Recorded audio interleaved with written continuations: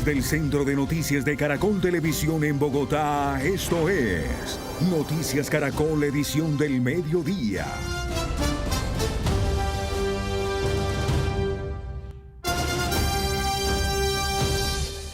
Buenas tardes y bienvenidos a nuestra emisión de Noticias del Mediodía.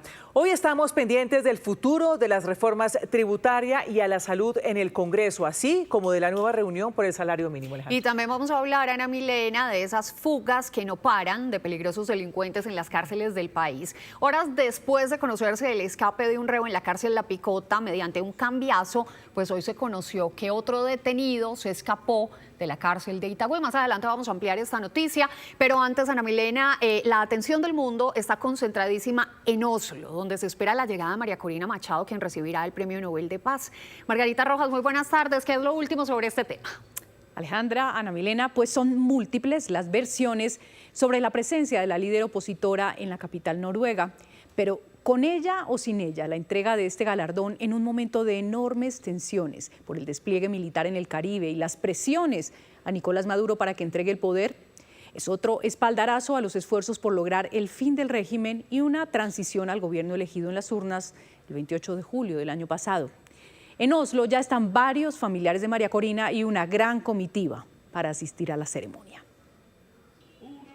A menos de 20 horas de la entrega del Premio Nobel de la Paz, el gran misterio es dónde está María Corina Machado. El comité noruego había convocado a una rueda de prensa con la galardonada para las 7 de la mañana hora Colombia, pero horas después anunció su cancelación. Sin embargo, la organización ratificó su esperanza de que ella asista a la ceremonia.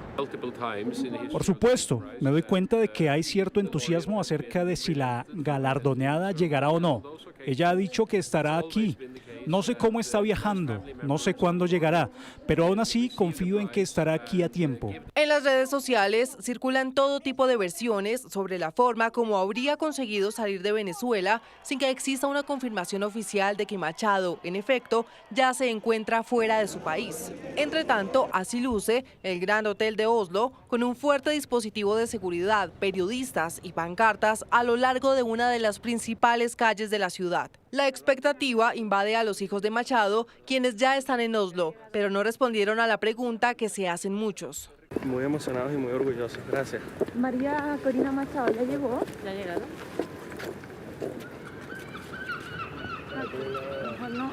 Porfa, que yo no... El que ya llegó a territorio noruego es el presidente electo de Venezuela y exiliado en España, Edmundo González. Junto a él hay una comitiva de la oposición. Horas antes, la mamá de María Corina aseguró confiar en que pudiera recoger el galardón en persona. La mujer más feliz del mundo. Estoy muy contenta. Y la recepción aquí en Oslo. Nada, no te escucho nada, se te está cortando. Ha sido estupenda. Y esta belleza donde me trajeron ahorita, la verdad es que no me la esperaba. Y eso me tiene muy feliz. No, yo sé, y estoy con mis nietos y una gran parte de la familia. Y vamos a estar más felices todavía mañana. Agradecer a ustedes por la atención y la recepción los buenos deseos que han tenido para mi hija y para Venezuela. A la ceremonia están invitados los presidentes de Argentina, Ecuador y Paraguay. También el de Panamá, José Raúl Mulino. Gran tributo a una heroína por la democracia y la libertad de Venezuela. ¿Eso es más importante para lo que viene esto? Total. Por su lado, el ministro del Interior del régimen venezolano, Diosdado Cabello, afirmó no tener detalles sobre el viaje a Noruega de la líder opositora. Y con respecto a Oslo, no sé, nosotros eso no sabemos nada. No participamos en esa subasta.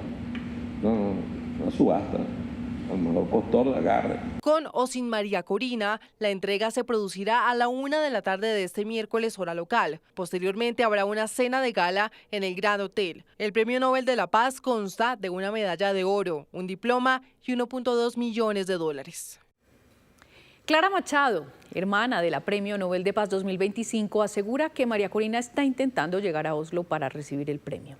En diálogo con Noticias Caracol en vivo, contó que lleva más de 1 año y medio sin verla y que sueña con volver a abrazarla. ¿Su hermana va a llegar hoy a Oslo? No me diga la hora si quiere, pero ¿hoy va a llegar?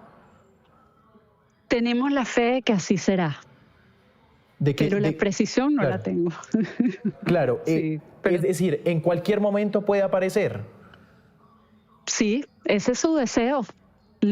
Pero nosotros nadie sabe en este momento con certeza. El hecho que ella logre llegar nos va a dar una esperanza muy grande y si no lograra hacerlo, pues creo que también tiene que ver justamente con ese objetivo final, ¿no? Entonces, dentro de todo lo importante es que nosotros como familia, todas las personas que están acá, los jefes de Estado que han venido a apoyarla y todo un país que está pendiente de ella, tiene una fe renovada en una libertad que vamos a alcanzar muy pronto. Yo creo que eso es más importante. ¿Su madre cómo vive la lucha de su hija, Clara? Con mucho orgullo, con mucho orgullo. Mi mamá está... O sea, mi mamá, por supuesto que para ella es difícil como cualquier madre, ¿no? Uno quisiera tener la garantía de que los hijos van a estar bien todo el tiempo y ver que los atacan, ver que están en peligro es muy difícil y ella definitivamente eso tiene un peso, pero mi mamá también es una mujer muy convencida, que ama su país, que apoya a María Corina y que de hecho siempre le dijo, tú un día te vas a ganar el Premio Nobel de la Paz. ¿Ah, sí? ¿Cuándo se lo dijo, Clara? Eso mi mamá lo tenía, es muy curioso porque yo se lo dije a mi mamá esa mañana y cuando le di la noticia, lo primero que me dijo fue yo se lo dije. Claro. Mi mamá tenía como esa, ¿sabes? Digamos, esa visión a futuro de que su hija iba a lograr algo grande y ahí está, se lo transmitió y lo logró. María Corina, si llega a Oslo, que es lo que todos esperamos, el segundo o el primer momento más emocionante antes de un Nobel va a ser el abrazo de su familia. Es que creo que la noticia también es esa, ¿no? Para ella. Mira, la verdad es que hasta que lo dices y yo no lo había visto como una noticia, pero definitivamente que lo más grande va a ser justamente lo que tú dices, el abrazo familiar. Por eso estamos aquí, porque como cualquier familia que tiene tanto tiempo sin verse, lo que queremos es abrazarnos y estar juntos, así sea un ratico. Y creo que eso va a ser el momento más grande, por lo menos para nosotros. Y a las 12:39 vamos a Caracas, donde crece la expectativa sobre la asistencia de María Corina Machado a la ceremonia de entrega del Nobel de Paz y sobre todo la pregunta de si habría logrado salir de Venezuela. Beatriz Adrián, ¿qué se sabe sobre Machado y qué dicen los venezolanos en las calles? Hola, buenas tardes, Margarita. Definitivamente crece la expectativa en el país también sobre la presencia de María Corina Machado allá en Oslo, en Noruega, para recibir este premio Nobel. Lo que sabemos son versiones extraoficiales de cómo habría logrado salir del país con una persecución tan recia por parte del régimen de Nicolás Maduro sobre la líder opositora. Definitivamente no tiene pasaporte, desde hace 11 años y medio tiene prohibición de salida del país. Y una de las versiones que circuló es que uno de estos vuelos que traía repatriados a venezolanos procedentes de Estados Unidos, un vuelo de Estados Unidos por supuesto, logró llevarse a la líder opositora hacia territorio estadounidense. Esto camuflada entre personal diplomático. Sin duda ha debido tener ayuda de personal diplomático para poder salir de Venezuela, sobre todo porque no tiene pasaporte y tiene esta medida de prohibición de salida del país. Nosotros conversamos en la calle con los venezolanos para saber su opinión sobre el premio Nobel y si creen que María Corina Machado podrá volver a territorio venezolano una vez lo reciba. Lo que María Corina va a recibir mañana hay que celebrarlo todos los venezolanos, que ella lo tiene bien merecido. Esa va a regresar. Yo tengo la certeza que esa se viene. Feliz y contenta. Que Dios la cuide, la bendiga y la favorezca. ¿Cree que ella pueda regresar? Claro que sí, porque tiene todos los derechos. Bueno, bien. ¿Verdad que sí? Se lo merece. Sí. ¿Cree que pueda regresar? Bueno, yo creo que todavía no. Todavía le falta para que este gobierno caiga. Ojalá que sí, que nos vuelva a regresar otra vez para acá. Tenemos fe. No se lo merece para nada, una persona que ha perjudicado mucho a nuestro país. Bueno, lo cierto es que tanto en Venezuela como en Oslo crece la expectativa sobre la presencia de María Corina Machado en las próximas horas en Noruega. De hecho, el presidente Raúl Mulino de Panamá ha asegurado que él lleva el traje, el vestido que usará María Corina Machado mañana. Hay una noticia de último momento que está circulando en las redes sociales y es la presencia también de dos F-18 de los Estados Unidos sobrevolando el territorio venezolano cerca de Maracaibo, Estado Zulia. Esto es una información de último minuto. Por lo pronto es la información que tenemos desde Caracas. Beatriz, Adrián, muchísimas gracias. Y a la par con este movimiento en Oslo y en Caracas, Estados Unidos refuerza su campaña de presión contra Nicolás Maduro. Una vez más, el presidente Donald Trump aseguró que los días de Maduro están contados. Juan Camilo Merlano en Washington. ¿Qué más ha dicho Trump? Margarita, el presidente Trump es contundente en asegurar que no va a dar ningún tipo de detalle de estrategia militar en lo que respecta a Venezuela, pero sus palabras sí son una advertencia para Nicolás Maduro. Todo esto al tiempo en el que el despliegue militar continúa y los ejercicios también. De hecho, el Comando Sur ha publicado imágenes en las últimas horas de entrenamientos nuevamente allí en Puerto Rico, pero también en el Mar Caribe con todo este despliegue, así como también ha sido la continuidad de vuelos de demostración de bombarderos estadounidenses, como el que mencionaba Beatriz Adrián, muy cerca a territorio venezolano, en una clara demostración de fuerza. Pero el mandatario estadounidense sí continúa con sus advertencias a Nicolás Maduro. ¿Qué tan lejos llegaría usted para sacar a Maduro del poder? No quiero decir eso, sus días están contados. ¿Cuál es su objetivo en Venezuela? ¿Qué es lo que quiere ver con las acciones que está tomando? Bueno, un objetivo es que el pueblo de Venezuela sea tratado bien. Quiero que la gente de Venezuela, muchos de ellos viven en Estados Unidos, sean respetados.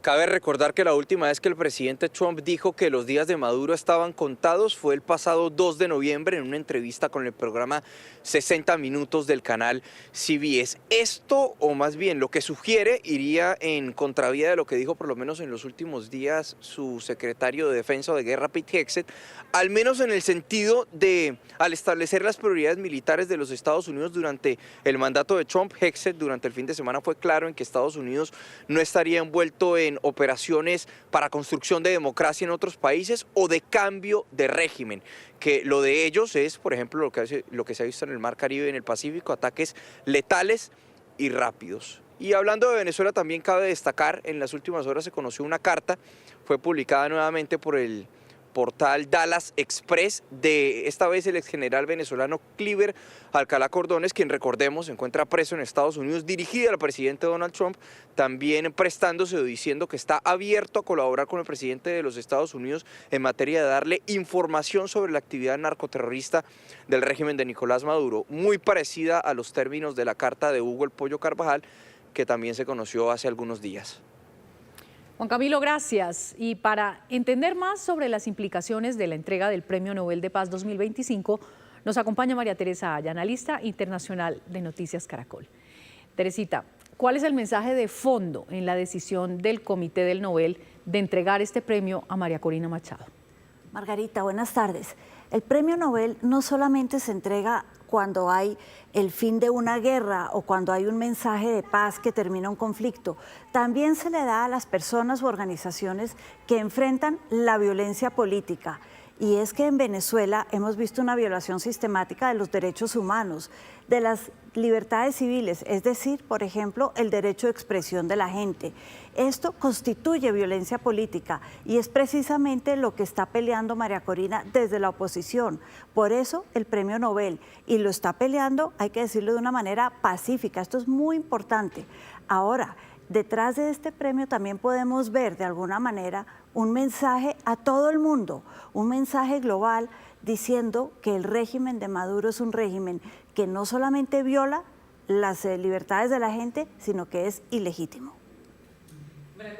¿Este tipo de mensaje político se ha visto en otras entregas del Premio Nobel de la Paz? Sí, Ana Milena, hay varias que han sido icónicas. Tenemos, por ejemplo, el premio Nobel Aung San Suu Kyi en 1991. Ella era en Myanmar una lideresa que peleaba por la democracia en su país. No pudo ir a recibirlo, lo recibió su marido porque ella estaba presa, tenía casa por cárcel en ese momento. Después de que se lo dieron, hubo una breve ventanita de democracia en Myanmar. Hoy en día, tristemente, están nuevamente bajo una dictadura. Fue un tema político. Más recientemente tenemos a Alexandra Matvichuk en Ucrania. Luego de que empezara la guerra, ella dirige una organización que fue a quien le dieron el Premio Nobel de la Paz, que defendía a los ucranianos frente a los derechos y libertades que habían perdido con la invasión por parte de Rusia. Una guerra que tristemente todavía sigue. Y un caso también importante es el de Narges Mohammadi en Irán, 2023. Ella tampoco pudo ir a recibir el Premio Nobel de la Paz, lo recibieron sus hijos en su nombre, porque ella estaba en la cárcel después de haber luchado por la violencia política, esta vez en contra de la mujer. Teresita, y en ese sentido, ¿qué herramientas o qué ventajas se le otorga a María Corina Machado y a la oposición de Venezuela recibir este reconocimiento? Alejandra, el Premio Nobel da una plata en efectivo, cerca de $1 millón, pero más allá de ese $1 millón que es importante para la causa de la oposición en Venezuela, es que les da una plataforma global que les permite transmitir su mensaje a todo el mundo. Recordemos que esto fue el caso, por ejemplo, de Malala, la niña que lo ganó en Pakistán y puso de frente la violencia en contra de la mujer por parte de los talibanes en ese país. Y también fue clave para la causa de Mandela en 1993, cuando se ganó el Premio Nobel. Es decir, da una plataforma, una visibilidad que es clave. Y eso era, Teresita, quizá lo que quería Alfred Nobel al crear el premio. ¿Cuál era el objetivo inicial y, a propósito, cuándo nació el Premio Nobel? Margarita, Alfred Nobel era un empresario minero que se inventó la dinamita para propósitos de la minería. Muy rápidamente vio que la usaron para fines de guerra y decidió crear un premio, junto con otros premios. En 1986 aparecieron en su testamento, 1886, química, biología, literatura, de gente que promoviera el bienestar en el mundo. Y dentro de esos, cuando se empezaron a dar en 1901, el más importante para él era el Premio de la Paz, porque reunía las 3 características que para él representaban el bienestar de la humanidad: el desarme, la fraternidad y, valga la redundancia, la paz. Lo último en Noticias Caracol. 12:49, mucha atención. Una patrullera de la policía que estaba de vacaciones fue asesinada frente a su hijo en el Huila. Percy Trujillo, usted nos tiene los detalles. Así es, muy buenas tardes. Lamentable esta situación que ha generado el rechazo por toda la comunidad huilense y tiene que ver con el vil asesinato de una patrullera de solo 21 años de edad. Karen, allí se había estos días trasladado hasta el municipio de La Plata desde donde es oriunda. Estaba pasando sus días de vacaciones y el día de hoy, cuando se trasladaba a bordo de una motocicleta a dejar su niño de solo 4 años de edad hasta la institución educativa de Alto Cañada, fue sorprendida por hombres fuertemente armados, quienes la atacaron con armas de fuego y acabaron con su humanidad. Este hecho ya genera el rechazo del propio presidente de la República, Gustavo Petro. Altos mandos también de la policía aquí, también en la región, desde el comando de Policía Huila, han generado una voz de rechazo. Han dicho también que desde ya están prestando el acompañamiento psicosocial a los familiares de esta patrullera que hacía parte del grupo especial de inteligencia del departamento de Policía Huila, de solo 21 años de edad. Su sueño había sido ingresar a la policía. Estaba haciendo realidad este deseo, pero desafortunadamente la crueldad de estos sujetos, que al parecer hacen parte de las disidencias de las FARC en esta zona del departamento, acabaron con su vida en las últimas horas. 12 del día, 51 minutos. El Departamento del Tesoro de Estados Unidos incluyó en la llamada lista Clinton a 4 individuos y 3 empresas colombianas por el reclutamiento de mercenarios para combatir en Sudán. Varios de ellos fueron denunciados en un informe de la Unidad Investigativa de Noticias Caracol. Juan Camilo Merlano, buenas tardes. ¿Cuáles son esos detalles que se conocen y cuáles serían las sanciones que se les aplica? Alejandra, esa inclusión en la lista Clinton, por lo tanto, es bloqueo de cualquier tipo de activos que tengan en los Estados Unidos o en cualquier banco bajo jurisdicción de los Estados Unidos, así como también prohibición de transacciones con estos individuos u entidades. 4 colombianos, Mateo Andrés Duque Botero, Mónica Muñoz Sucros, Claudia Viviana Oliveros Forero y Álvaro Andrés Quijano Becerra. Estos dos últimos, Álvaro Andrés Quijano Becerra y Claudia Viviana Oliveros Forero, son pareja. De hecho, la unidad investigativa de Noticias Caracol había revelado lo que es la triangulación o el esquema que ellos tienen establecido para tratar de reclutar mercenarios colombianos para que terminen respaldando a las llamadas fuerzas de apoyo rápido en Sudán, el grupo paramilitar que se encuentra peleando en esas hostilidades allá, en esa guerra en contra de las autoridades de ese país, a través de distintas entidades que son, por ejemplo, la comercializadora San Bendito SAS, International Service Agency, que esta es concretamente la empresa o la firma de este individuo, Álvaro Andrés Quijano Becerra, que sería manejada también por su esposa Claudia Viviana Oliveros, así como también otras entidades como Main Global Corp SAS, que también es una entidad colombiana, y una empresa panameña, Talent Bridge, que es la encargada de realizar triangulaciones o pago de nómina a los individuos que se ven envueltos en estas actividades ilícitas. Lo que dice los Estados Unidos es que están tratando de desmantelar esas redes criminales que terminan llevando a mercenarios colombianos a pelear en la guerra en Sudán. Con un detalle importante: el individuo Quijano está basado, según los Estados Unidos, en Emiratos Árabes Unidos. Noticia en desarrollo en Noticias Caracol. A esta hora, la Fiscalía realiza una inspección a las instalaciones del Ejército y la Superintendencia de Vigilancia y Seguridad en Bogotá. Esto por cuenta de la investigación de Noticias Caracol que reveló la infiltración de alias Calarcá. Tatiana Sanabria, ¿qué detalles se conocen de esta diligencia?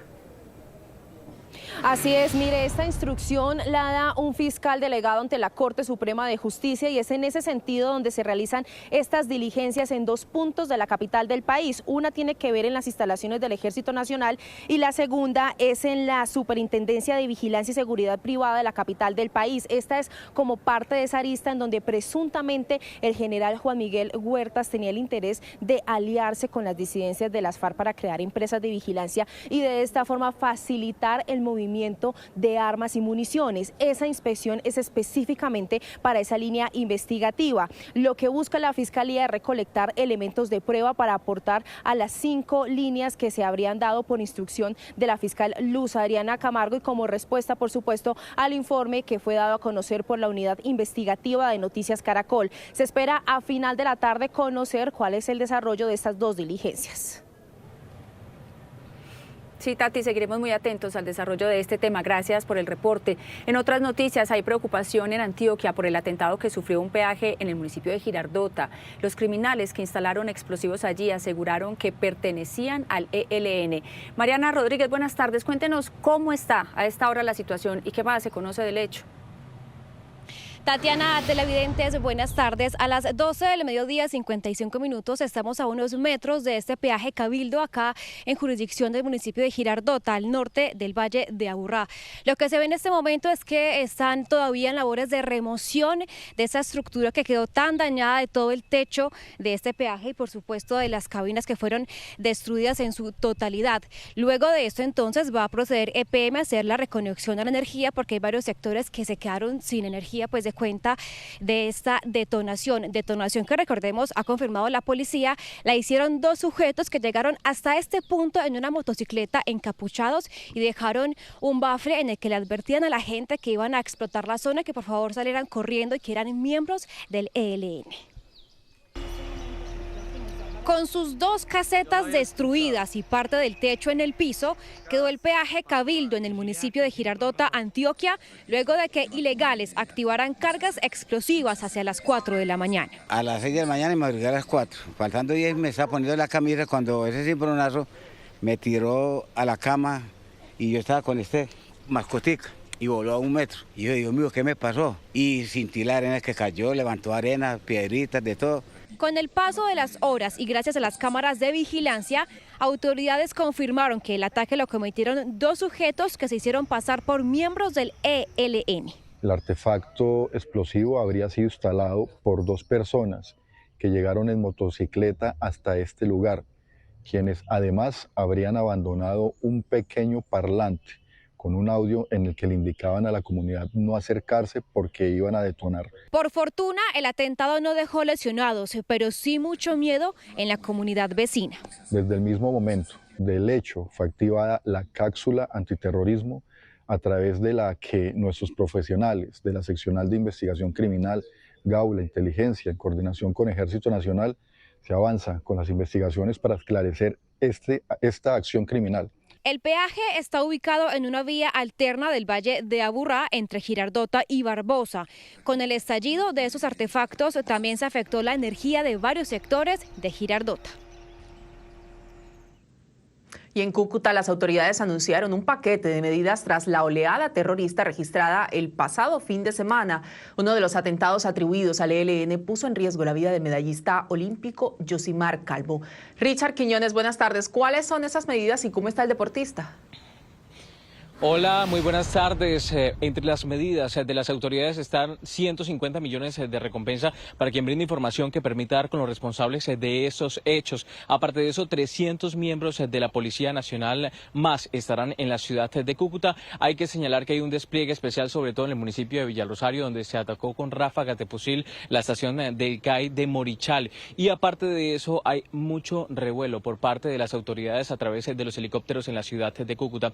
Y sobre el deportista nos dijo a Noticias Caracol que fueron momentos de mucha tensión. Llegó un punto donde sintió mucha preocupación no solo por él, sino también por su esposa que lo acompañaba en ese momento. El carro tiene pérdida total al momento y hay que señalar que las autoridades están investigando, aparte de eso, si es el ELN el responsable de este hecho y alias Coqui, quien es investigado por las autoridades.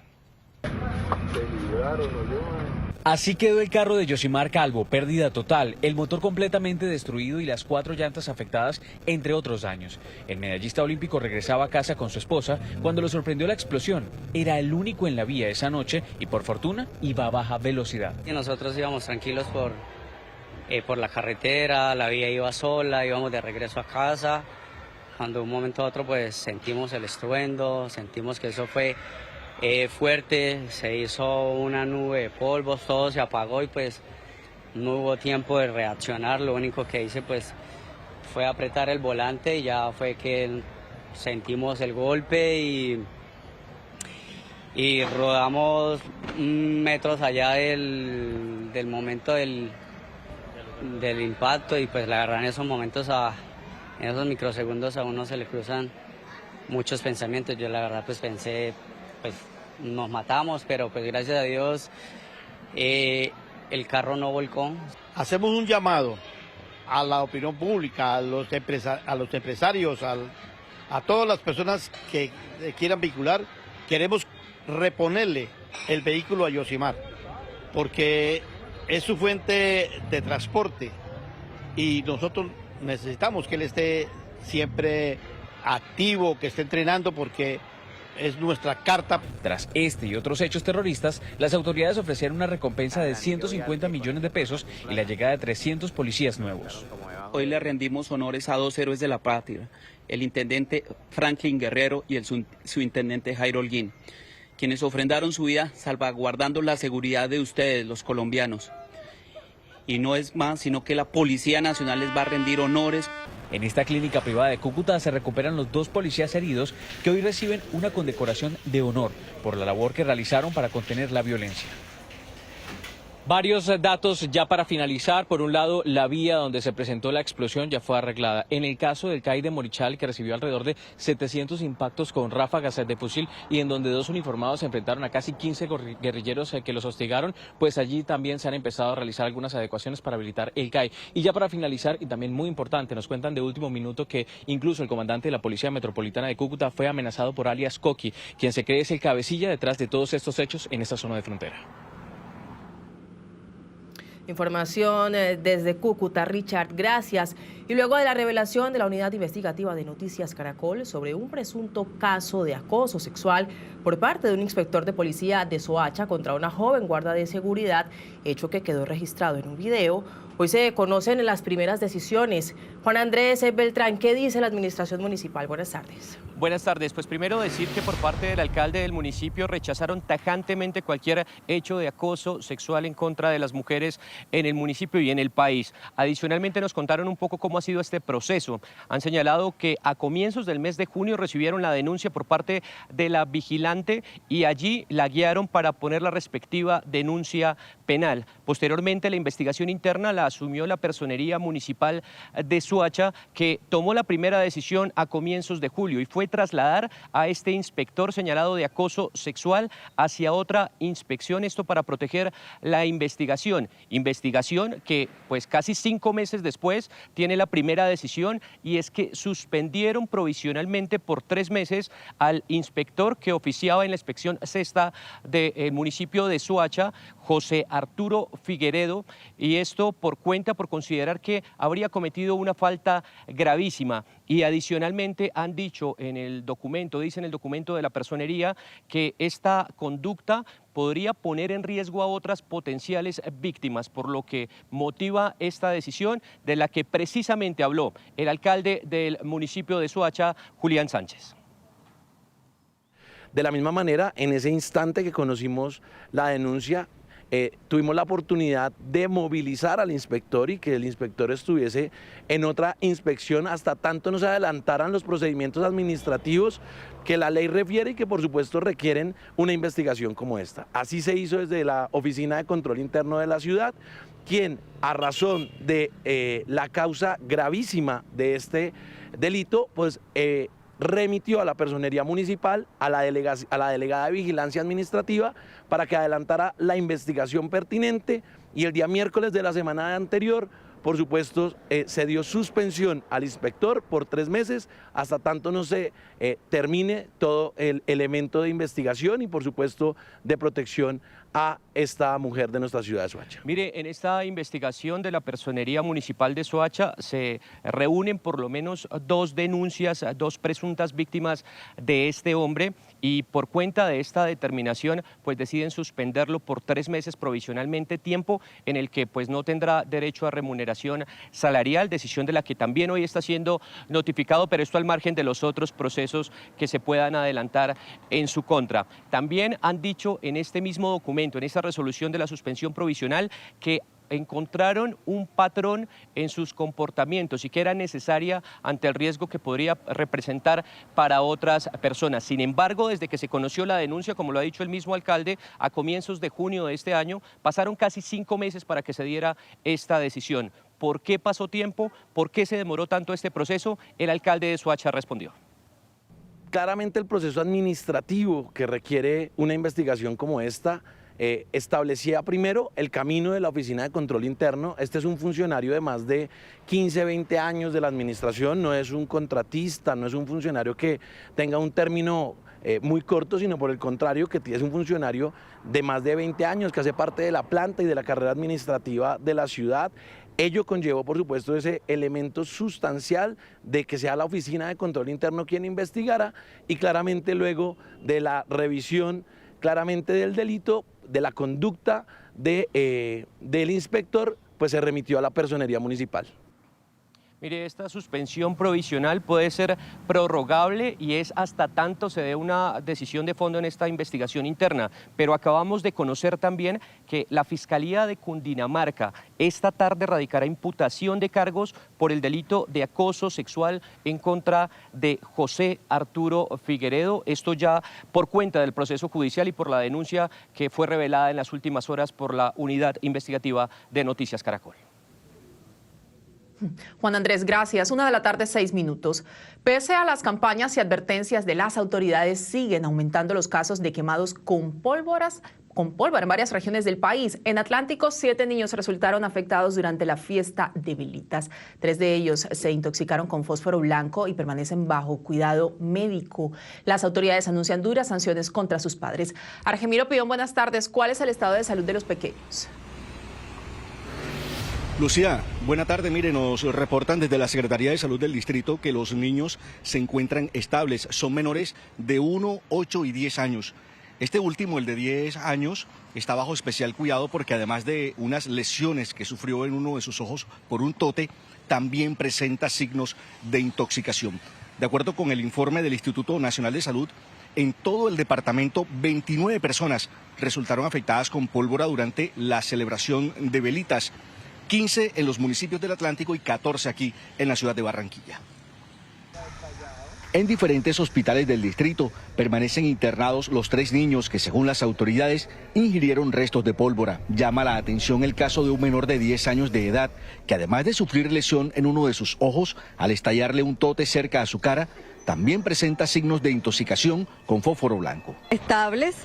Los tenemos en la República del Distrito en atención por equipo interdisciplinario, toxicología, pediatras. Presentaron, pues en su mayoría, vómitos de maneras incontables, más de 3 ocasiones, letargo, alteración del estado de conciencia principalmente. Las autoridades informan que los casos de los niños ya fueron reportados ante Bienestar Familiar y podría haber sanciones contra los padres de familia. Investigaciones de acuerdo a lo que se establece y puede llegarse hasta la pérdida de la patria potestad de los menores. Entonces, ahí estaremos articulándonos con el Instituto Colombiano de Bienestar Familiar, haciendo el análisis y viendo cómo está el proceso y haciendo todo el apoyo desde las comisarías para brindarle todo el acompañamiento. La Secretaría de Salud reiteró el llamado a los adultos para que no permitan que haya más niños afectados con pólvora en esta Navidad. Cuidemos nuestros niños en estas fechas donde hay a veces consumo de alcohol por parte de los adultos y los cuidadores, porque son niños que al manipular, al tocar, al entrar en contacto, pues pueden tener a veces las manos contaminadas, se las pasan por los ojos, por la boca y eso nos puede generar intoxicación. Según el más reciente informe del Instituto Nacional de Salud, 29 personas resultaron afectadas con pólvora en Barranquilla y Atlántico durante el puente festivo de velitas. Y en Antioquia también crece la preocupación por el número de lesionados con pólvora en lo que va de diciembre. Uno de los casos más llamativos ocurrió en Remedios, donde en medio de una guerra de bengalas una mujer resultó lesionada. Alfonso Cárcamo, ¿de cuánto es la recompensa que ofrecen las autoridades por los responsables de este hecho? Cordial saludo. Ya son 54 los quemados en Antioquia, igualando así la misma cifra del mismo periodo del año pasado en el departamento. Frente al último hecho deplorable de Remedios, las autoridades en el departamento están ofreciendo 20 millones de pesos por encontrar a los responsables y al mismo tiempo advierten que son conscientes de la necesidad de empezar a actuar de manera urgente para evitar más lesionados en esta temporada. En Remedios, Antioquia, la pólvora encendió la preocupación de las autoridades, pues en estos videos aficionados se observa a un grupo de personas enfrentándose como si se tratara de una guerra de bengalas, lanzándose chispas y explosivos sin ningún reparo. Esta imprudencia terminó en tragedia, dado que una mujer resultó lesionada y hoy la Gobernación de Antioquia está ofreciendo 20 millones de pesos para encontrar a los responsables. Agradecemos la vinculación que han tenido los medios a estas campañas, pero yo creo que ya hay que sancionar y ser más fuertes en ubicar esos sitios que están identificados. Medellín, por ejemplo, en lo que es Robledo y Buenos Aires tenemos muchos casos de quemados, así que le pedimos a las autoridades que actúe asimismo como en el caso de Remedios, que se individualice a los responsables. Antioquia acumula 54 casos de lesionados con pólvora, siendo Medellín la ciudad con más afectados con 27, seguida de Bello con 3 y Nechí con 2. Desde la Secretaría de Salud de Medellín enviamos un mensaje porque estamos muy preocupados, ya contamos con 27 personas lesionadas. De estas, infortunadamente, 6 son menores de edad. Tenemos en ese momento un reporte de 2 personas con amputación de sus dedos. Las zonas más afectadas en Medellín son Robledo y Buenos Aires. Nosotros hacemos un zoom, por ejemplo, en el sector de Caicedo, de la comuna de Buenos Aires, y también en la comuna de Robledo, donde hemos registrado el mayor número de lesionados al momento. En Medellín, el día de hoy, estamos haciendo una detonación de cerca de 400 kilos de pólvora debidamente controlado. Recordemos que está completamente prohibida. En Antioquia van 6 personas amputadas y 13 menores lesionados por pólvora. En Medellín hay alerta hospitalaria activa para atender a todas las personas en 44 servicios de urgencias. Alfonso, gracias. En solo 24 horas, 20 personas se quemaron con pólvora en el departamento del Cauca. La cifra, que ya asciende a 25 lesionados, muestra a 13 menores de edad entre las víctimas. La noche de las velitas fue trágica para 20 familias en Cauca. La utilización de pólvora en la fiesta de la Virgen dejó 12 niños y 8 adultos quemados, quienes fueron remitidos a los hospitales de sus municipios. Tuvimos 20 casos adicionales de personas quemadas por pólvora. Lo más preocupante es que de estos 20 casos que se presentaron en la noche de las velitas, 12 son menores de edad. Eso quiere decir que en un recuento, el departamento del Cauca, a fecha del día de hoy, tenemos un reporte de 25 casos de personas quemadas por pólvora. A pesar de las incautaciones de pólvora que hacen las autoridades y que ya ascienden a casi 100 kilos, Popayán es la ciudad que más ha reportado personas quemadas con pólvora. 4 casos son niños menores de edad, de los cuales uno sí estaba manipulando, una chispita, un niño de 7 años, y los otros 3, los niños iban pasando por los lugares y les cayó pues uno de este material. Realmente pues los otros 3 son ya adultos, en total son 7. Desde ya hay un llamado urgente a los alcaldes. Desde el día de ayer hemos estado en comunicación con los municipios de mayor reporte para que al interior de cada municipio también se hagan las medidas correspondientes y las medidas de prevención. También hacemos un llamado, por supuesto, a los padres de familia. Esto no puede permitirse, porque no puede ser que en tan solo una noche hayamos tenido de 20 casos, 12 menores de edad lesionados por pólvora. A 25 lesionados asciende el consolidado de quemados con pólvora en Cauca, siendo Popayán, Argelia, Santander de Quilichao y Morales los municipios que han reportado más de 2 quemados. En esta cifra, 13 de los 25 lesionados son menores de edad. Hombre, falta más de la mitad de las festividades. Reflexione para que no se arruine la Navidad y el Año Nuevo. Escuchen estas cifras. Según el Instituto Nacional de Salud, en Colombia ya son 333 casos de lesionados por uso de pólvora. Más de la mitad de los casos se reportaron solamente durante la noche de las velitas. María Juliana Reyes, ¿qué dicen las autoridades y qué le va a pasar a esos padres de los menores de edad quemados? Alejandra, televidentes, muy buenas tardes. Pues el Instituto Colombiano de Bienestar Familiar deberá empezar entonces un proceso administrativo para el restablecimiento de los derechos de los menores, y según la gravedad de los casos, pues podrían pagar multas de al menos 5 salarios mínimos legales vigentes, o en otras ocasiones también los padres de familia perderían la patria potestad de la custodia del menor de edad. Y si se llega a determinar que los hechos constituyen a un delito, en este caso por lesiones personales, por dolo o culpa, pues pueden iniciar un proceso penal. En la siguiente nota les tenemos todos los detalles del panorama nacional sobre los quemados con pólvora. Lo que debería ser un mes de alegría y celebración para cientos de familias en Colombia se ha convertido en tragedia. De los 333 casos de quemados con pólvora a la fecha, según el Instituto Nacional de Salud, 172 se presentaron durante la noche de las velitas.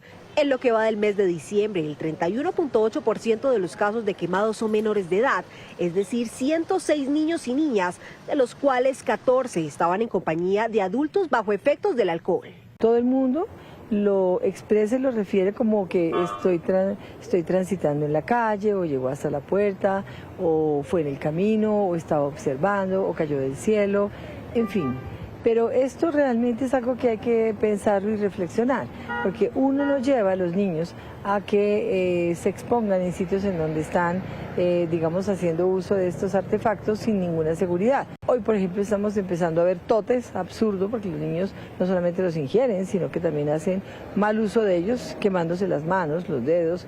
Y acuérdense, la pólvora es agresiva, fractura, amputa, lesiona gravemente, no son cicatrices que se puedan mejorar fácilmente. La preocupación de las autoridades médicas no son solamente las quemaduras, también los casos de intoxicación por fósforo blanco. A la fecha, en Colombia, 2 menores de edad se encuentran hospitalizados, uno por ingesta de los llamados totes y otro de 10 años por exposición por vía ocular. Ambos casos ocurrieron en Barranquilla.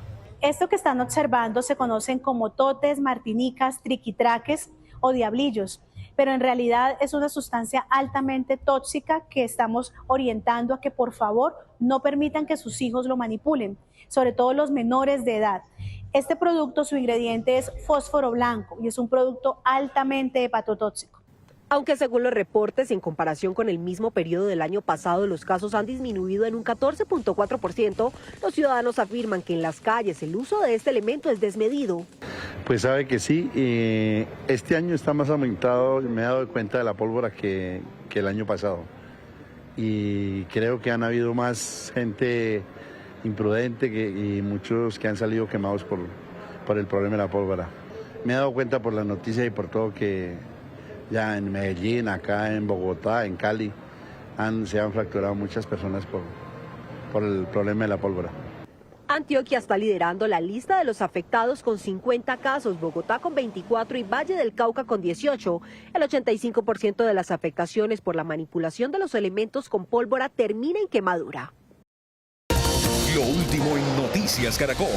1:17 p.m, mucha atención. Hay noticia en el Congreso sobre la reforma tributaria. Laura Rojas, ¿qué pasó?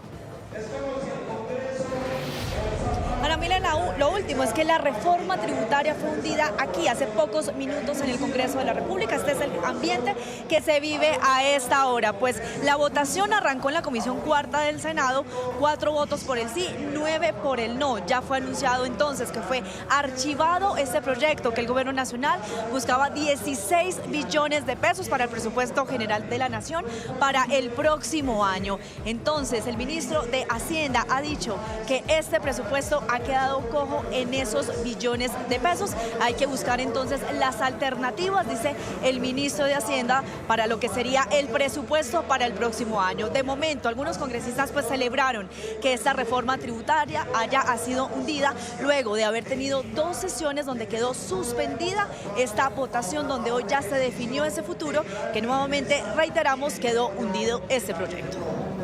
Bien, Laura, muchísimas gracias. Y otra noticia importante gira en torno al establecimiento de la cifra del salario mínimo, del incremento. Hoy nuevamente está reunida la mesa de concertación en las instalaciones del Ministerio del Trabajo y se espera que trabajadores y gremios presenten sus propuestas para establecer el incremento. Luis Apolo, ¿qué se ha conocido?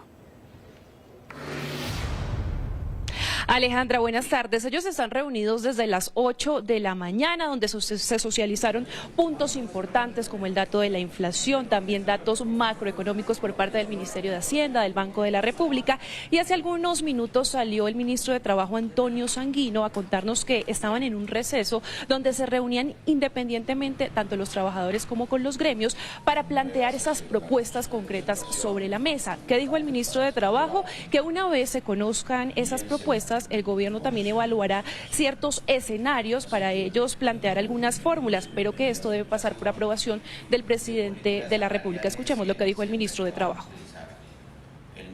El gobierno, por supuesto, esperará hasta que esta discusión avance y en su momento también, si así se hace necesario, presentaremos fórmulas que aproximen a las partes a un consenso que permita definir antes del 15 de diciembre el incremento que todos los colombianos y particularmente los trabajadores están esperando en este fin de año. Nosotros esperamos que el incremento sea un buen regalo de Navidad para los trabajadores y trabajadoras y que el próximo año comience con un mensaje de prosperidad en sus familias, derivado de un incremento de sus ingresos a partir del 1 de enero del año 2026.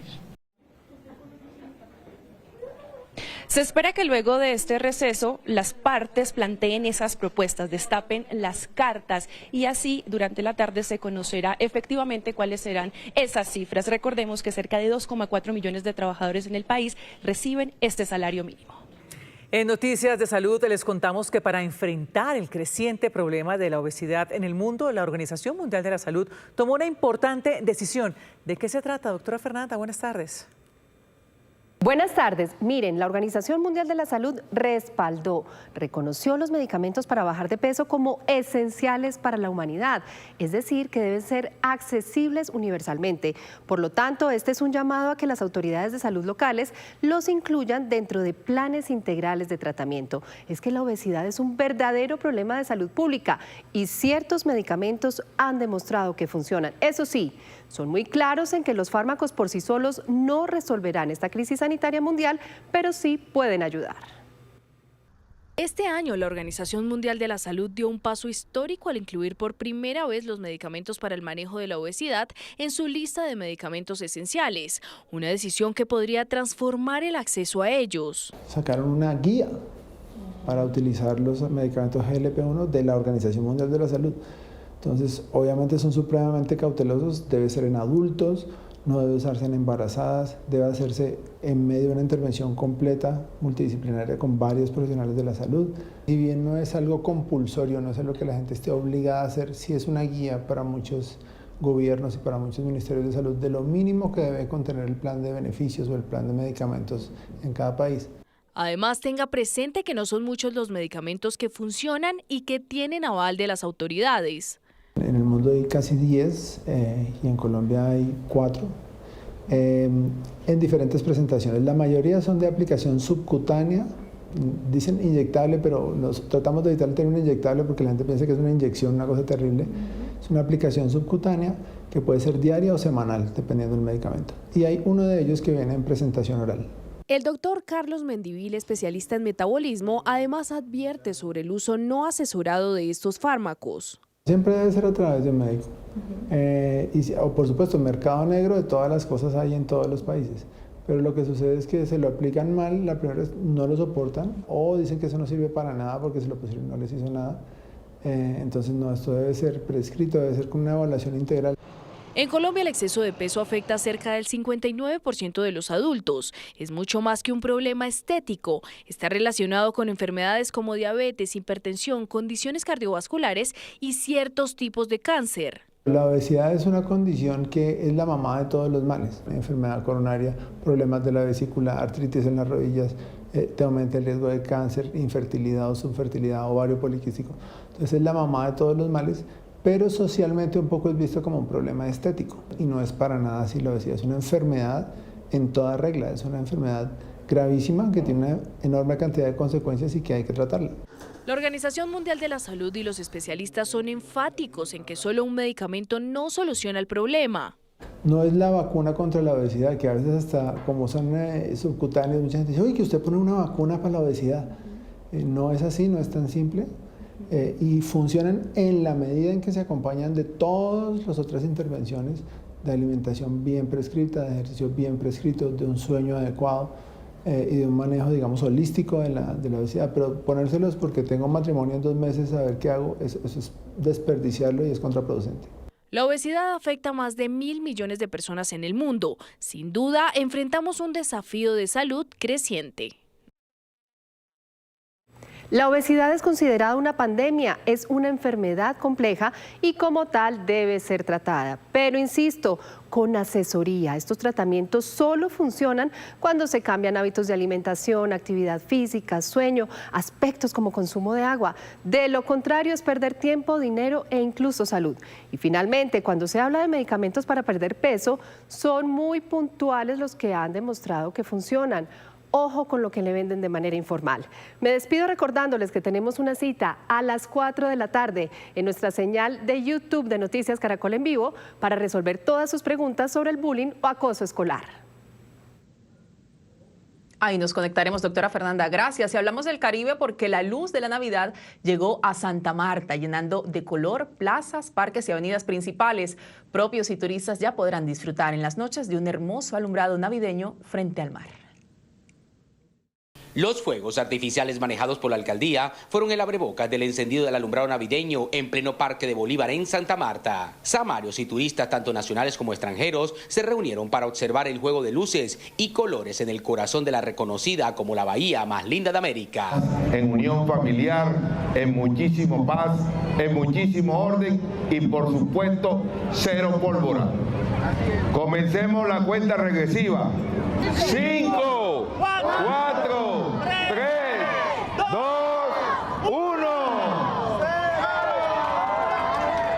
abanico de colores, árboles navideños de gran tamaño, campanas y torres con juegos de luces, los malecones del Rodadero y la Bahía son visitados por niños y adultos que celebran la llegada de la Navidad. De este inicio de las luces navideñas en la ciudad de Santa Marta, este es un circuito navideño especial con luces de alta tecnología RGB, que permitirá un bajo consumo de energía y, como han visto en los preámbulos, imágenes movibles. Es decir, estamos a la altura de las grandes ciudades de Colombia. El circuito de luces esta vez llegó hasta la fachada de la alcaldía y en la zona de la arena de algunas playas. Toda la iluminación del Camellón de la Bahía, el Parque Bolívar, los parques del centro histórico, por el sector del Buenavista, en el Rodadero, toda la vía del Siluma. Es decir, un circuito efectivamente navideño, en donde propios y turistas podrán visitar estos sectores que día a día transitamos, pero en las noches iluminados con esta alta tecnología. En Santa Marta aún no sopla la fuerte brisa decembrina, pero sí se respiran aires de Navidad combinados con el sabor del mar.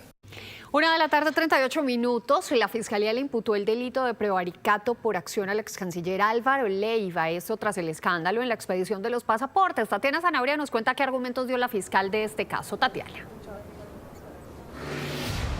Así es, mire, para la Fiscalía, el ex canciller Álvaro Leiva se extralimitó en sus funciones a través de actos administrativos contrarios en la ley, los cuales declararon desierta la licitación de pasaportes. En medio de la diligencia, la fiscal séptima delegada ante la Corte Suprema de Justicia lo calificó de caprichoso, que abusó de su poder y que era plenamente consciente de las repercusiones legales que traería esta decisión. Ante estos señalamientos, su abogado representante aseguró que para nada fue caprichoso esta decisión y su actuar, y que lo único que se buscaba era una pluralidad de oferentes en el marco licitatorio. Escuchemos.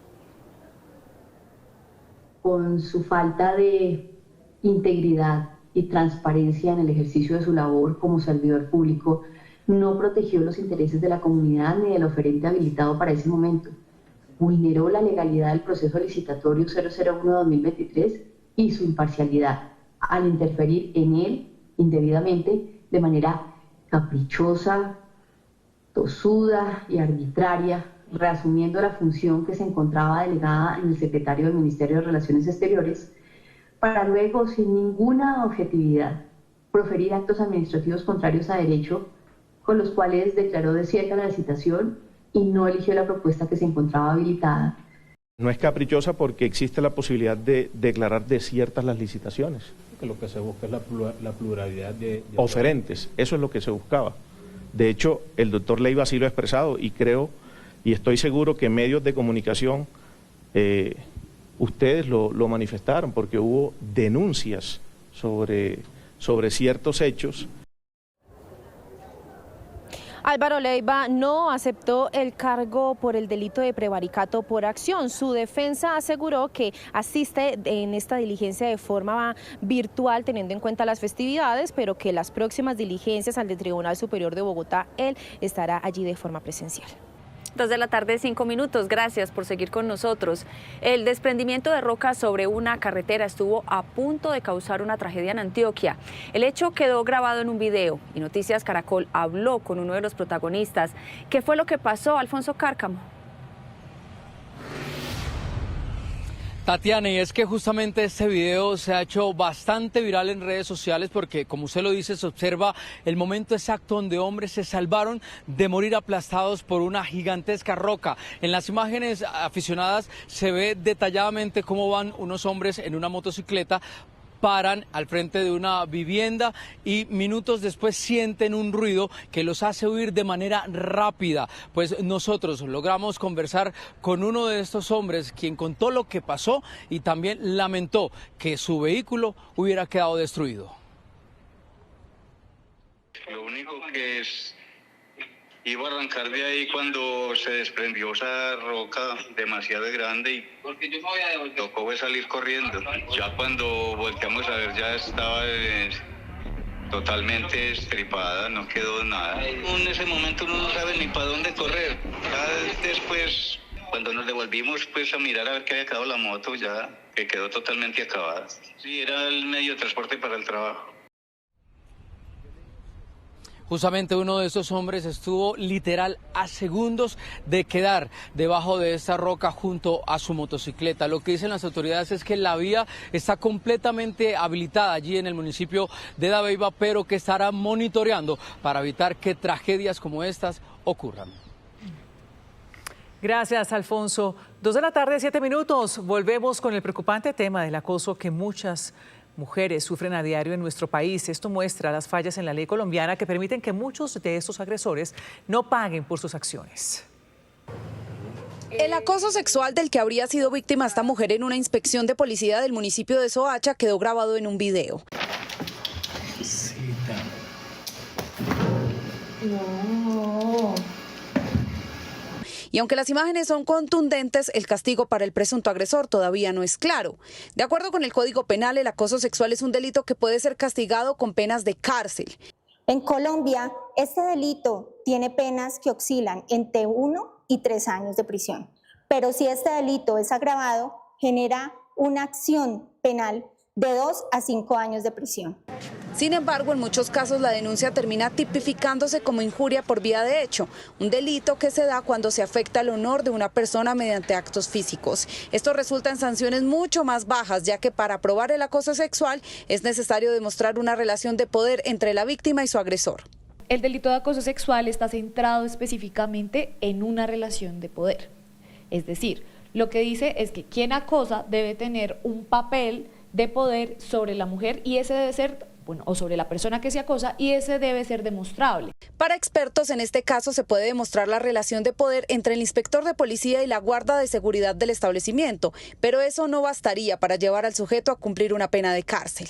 La tipología del delito, que es acoso sexual, no daría inicialmente para que una fiscalía pidiera ante un juez de control de garantías una medida consistente en detención en centro carcelario. No es tan gravosa y no es circunstancial frente a los fundamentos o los fines de la medida. Lo que sí podría configurarse es un acceso carnal abusivo, pues el presunto agresor no solo habría intimidado verbalmente a su víctima, sino también físicamente al punto de tocar sus partes íntimas. En este caso, las penas son considerablemente más severas. Y me dice, qué rico, así me gusta, sola, me la imagino desnuda. Usted tendrá que estar en mi cama. Mamacita. Me empieza a coger los senos, me empieza a coger la cara, me coge las manos para que yo le coja su miembro inferior. Me dice, vea, esto es suyo. La vigilante denuncia una conducta que se adecua a un concurso de conductas punibles, acoso sexual y acto sexual violento. Este último tiene una pena de entre 8 y 16 años de prisión. Inicialmente sería muy incipiente poder la Fiscalía General de la Nación pedir una medida de aseguramiento. Esto sucede en el Código Penal colombiano. En otros países, al contrario, las sanciones parecen más eficaces. La dificultad de reconocimiento del acoso sexual. Segundo, por la dificultad del registro de las denuncias por efectivamente el delito de acoso sexual, porque se entiende de manera inadecuada el delito de acoso sexual. Y tercero, hay un asunto con considerar, porque no existe un delito más específico para otras manifestaciones de lo que son violencias sexuales. Según cifras de la Fiscalía, en 2 años se han abierto más de 4.449 procesos por acoso sexual en contra de mujeres en Colombia.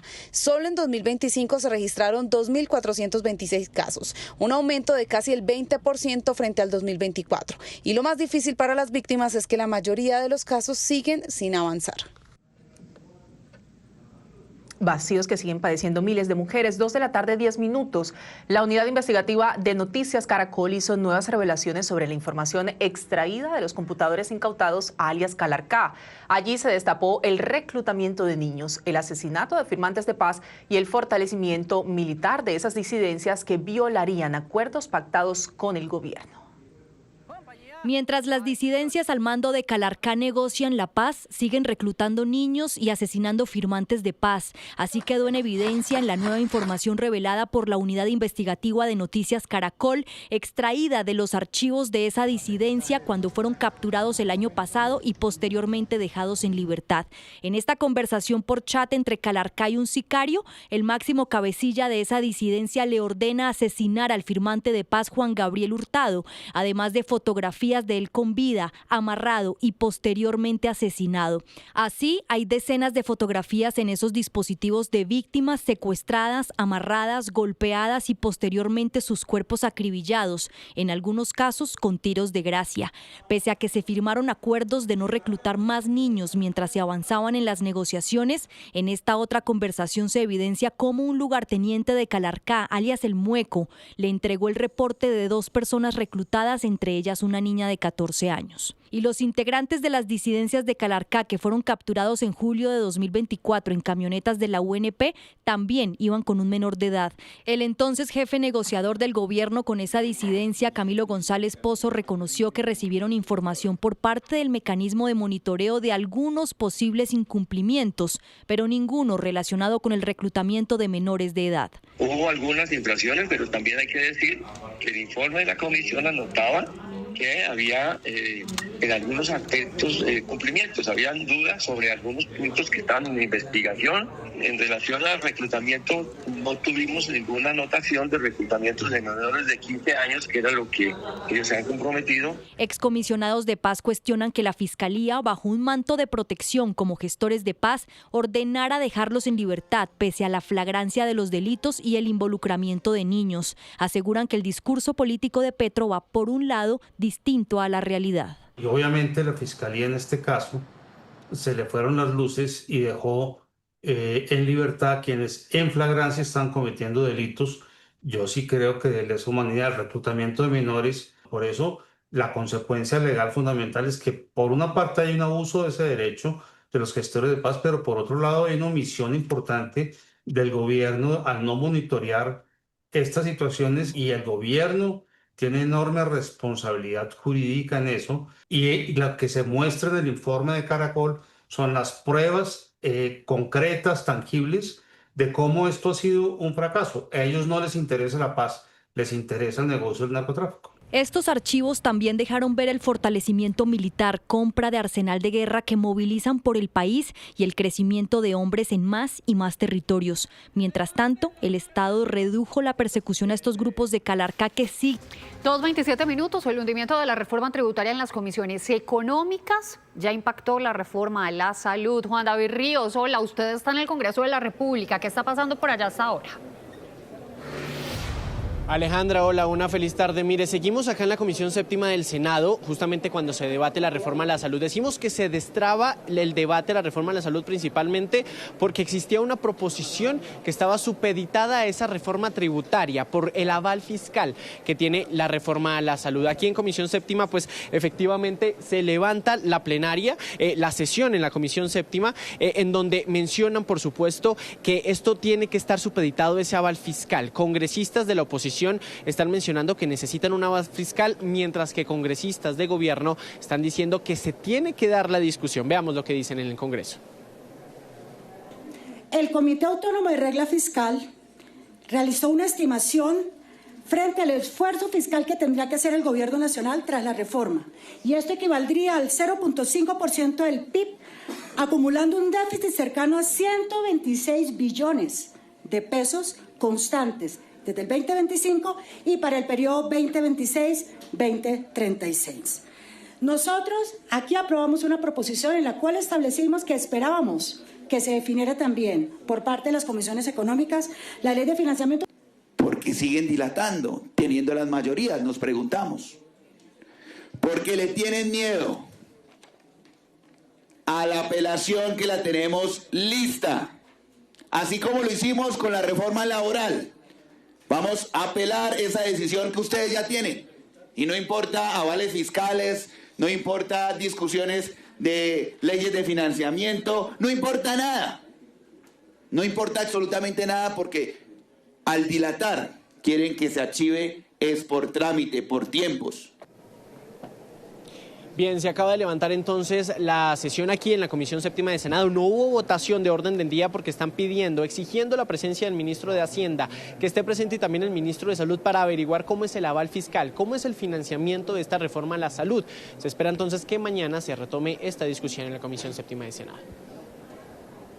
Juan David, precisamente los colombianos están gastando más dinero para cubrir gastos en salud, como medicamentos, citas con especialistas y dispositivos que no les entregan las EPS o los gestores farmacéuticos.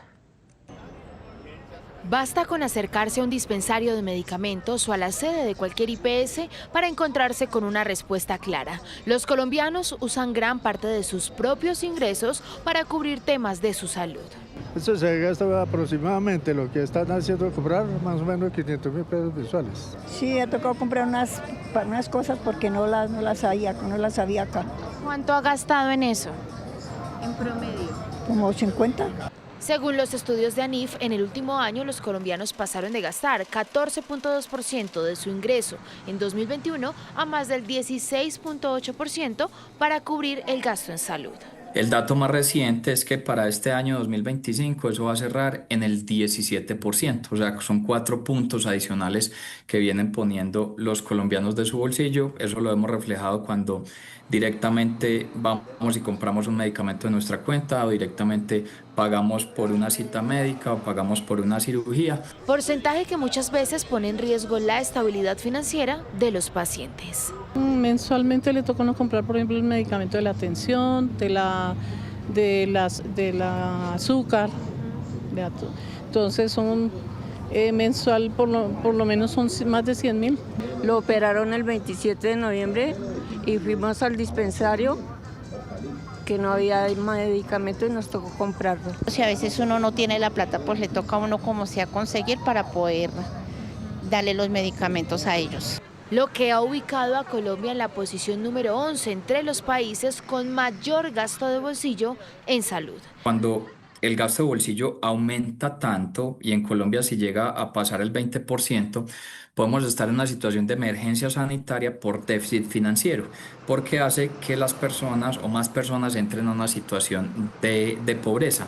En 2024, ese gasto de los colombianos superó los 14.5 billones de pesos. Noticia en desarrollo en Noticias Caracol.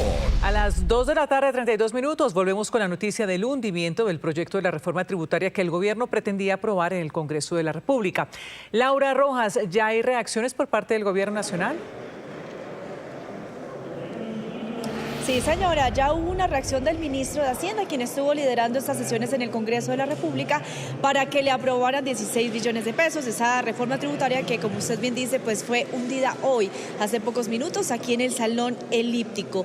Pues ahora, la incertidumbre, muchos congresistas aseguran que lo que busca el gobierno nacional es decretar una emergencia económica porque no le aprobaron esos billones. Pues el ministro de Hacienda, aquí en mis espaldas, pues hace pocos minutos habló sobre ese tema, eso fue lo que le preguntamos. El presidente Petro ha sido muy enfático en el sentido de plantear que es necesario tomar las medidas que sean necesarias para asegurar el cumplimiento de las metas fiscales para el año entrante. No presentamos un proyecto de ley de financiamiento que solamente resolviera las necesidades del presupuesto del año entrante, sino la estabilidad y el equilibrio fiscal a mediano plazo y que en buena medida le garantizaba al próximo gobierno la estabilidad macroeconómica. Ahora muchos congresistas aseguran que lo que debe hacer el gobierno más bien es apretarse el cinturón y no decretar una emergencia económica. Mientras tanto, algunos congresistas de gobierno pues aseguran que el gobierno nacional necesita esos 16 billones de pesos para cumplir con esos planes de gobierno. Bien, Laura, noticia en desarrollo, muchas gracias. Vamos a cambiar de tema. 2:34 de la tarde en Bogotá y en Antioquia se están desarrollando varios operativos para dar con el paradero de 2 personas que se fugaron de los centros penitenciarios La Picota y La Paz en Itagüí. Estos hechos vuelven a poner en la mira las medidas de seguridad de las cárceles.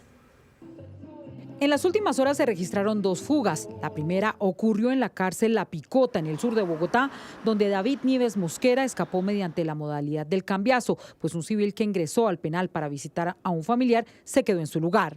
Y desafortunadamente fallamos en ese control con este lamentable suceso. Pero entonces la responsabilidad es principalmente humana.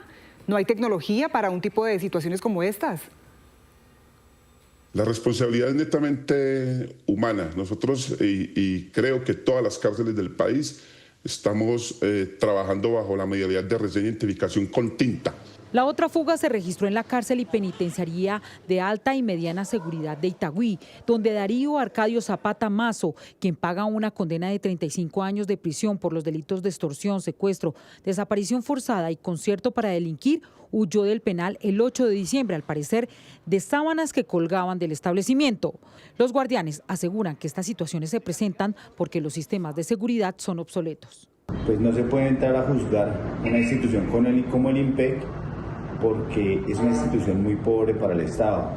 No tenemos recursos, no tenemos personal, no tenemos tecnología y los mismos controles que hemos tenido durante 30 años aún se manejan, los cuales hemos denunciado que son paquidérmicos, que son obsoletos. El Ministerio de Justicia anunció las primeras medidas para esclarecer el origen de la fuga. Le he solicitado a la UIAF, a la Unidad de Inteligencia y Análisis Financiero, para que en coordinación con el director del INPEC hagan un rastreo y verificación de cualquier persona que pueda estar vinculada a este tipo de fugas. Y es que la situación es preocupante, pues en lo corrido del año se han registrado 12 fugas de los centros carcelarios.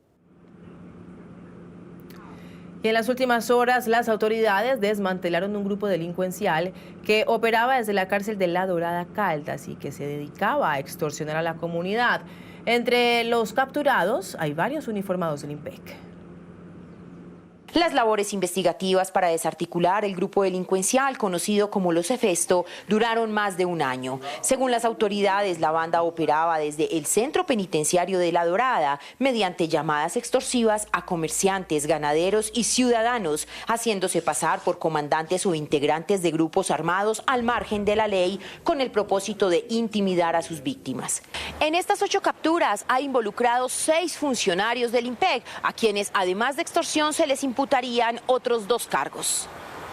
Bueno, además de los 2 delitos de extorsión, concierto para delinquir con fines de extorsión, también se les imputará prevaricato. Durante las llamadas, los capturados amenazaban con atentar contra los miembros del núcleo familiar de las víctimas contactadas, buscando obtener el pago de altas sumas económicas. Además de amenazar a la comunidad caldense, también contactaban a personas de otras regiones del país. Se le evidenció una cuenta que ellos manejaban con alrededor de 600 millones de pesos, producto precisamente de las extorsiones, de donde pues se lucraban ellos, pero además hacían el pago a los guardianes del INPEC. Recientemente, 4 personas más de otro caso fueron capturadas también en La Dorada, Caldas, por el mismo delito de extorsión.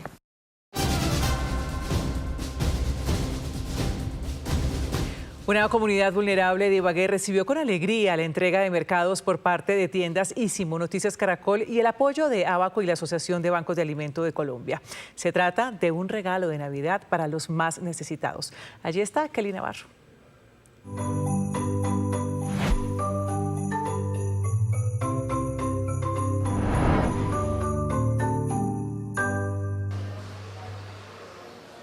Nos encontramos desde el Banco Arquidiocesano de Alimentos de la ciudad de Ibagué, donde Noticias Caracol y tiendas Ísimo entregarán 375 mercados a los habitantes del barrio Conveima con productos esenciales de la canasta familiar. Estas épocas de invierno, estas épocas de Navidad, son muchas de las situaciones que viven las familias y que no todos tienen las mismas posibilidades laborales o económicas para poder de una u otra manera sufragar los gastos que tienen en sus familias. Y eso es un apoyo pequeño para tantas familias que lo necesitan. Y es que el informe de seguridad alimentaria por no tener en qué comer, el Tolima ha crecido, pasó de un 40.8% al 50.2%, es decir, un crecimiento de casi 10 puntos porcentuales, siendo el departamento con más alto porcentaje de inseguridad alimentaria en el centro del país, por encima del 30%. Si no fuera por el Banco de Alimentos, pues, ¿qué haríamos? Tantas personas pobres que estamos sufridos muchas veces por un alimento, que uno sin trabajo, más que todos nosotros los adultos mayores, ¿no? Entonces, pues, yo, por mi parte, y creo que el resto de comunidad, estamos totalmente muy agradecidos. Sin palabras, porque de verdad que todos los años pues hacen estos eventos, pues los hacen en diferentes variedades, a veces los hacen en las iglesias.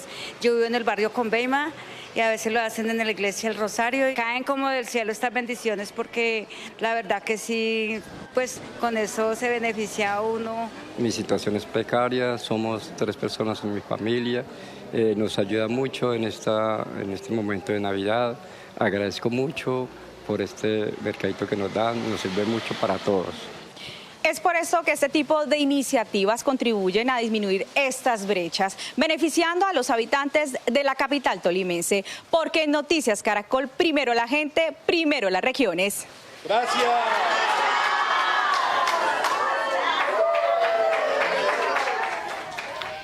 Y Neiva abrió oficialmente su agenda decembrina con un evento que marcó el inicio de una temporada cargada de actividades, de encuentros familiares y de espacios culturales que se van a extender por toda la ciudad durante este mes de diciembre. El alumbrado es el mayor atractivo.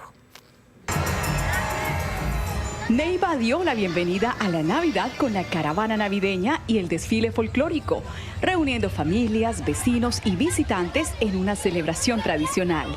Una hermosa caravana en donde hicieron parte gestores culturales, carrozas adornadas, con todo lo que identifica esta hermosa temporada de fin de año. Más de 40 vehículos decorados recorrieron el trayecto, transformando las principales calles de la ciudad en un espectáculo luminoso que despertó sonrisas y aplausos. Una temática espectacular con las princesas de Disney, con sus 3 elencos, infantil, prejuvenil y juvenil, donde sacamos 45 niñas y niños y jóvenes de nuestro departamento de Elvira que forman parte de nuestra gran familia. El talento local brilló con la participación de 12 escuelas de arte y cultura que ofrecieron danza, música, personajes navideños, resaltando toda la creatividad. En Neiva, sitios como el Parque Santander, la Avenida La Toma, la Estación del Ferrocarril, el Parque del Amor y la Amistad, son lugares en donde se puede disfrutar del alumbrado navideño. Este 13 de diciembre tenemos la inauguración del alumbrado navideño que estará a disposición de todos los neivanos con una inversión cercana a los 2.700 millones de pesos, en donde hemos seleccionado los principales lugares de nuestro municipio para que todos nuestros neivanos puedan disfrutar. Durante todo el mes de diciembre, la alcaldía programó actividades navideñas en distintos puntos de la ciudad, tanto en zonas urbanas como rurales. 2 de la tarde, 51 minutos. Vamos a arrancar el radar de la política hoy con el tablero de candidatos al Congreso de la República, ahora que están ya cerradas las inscripciones.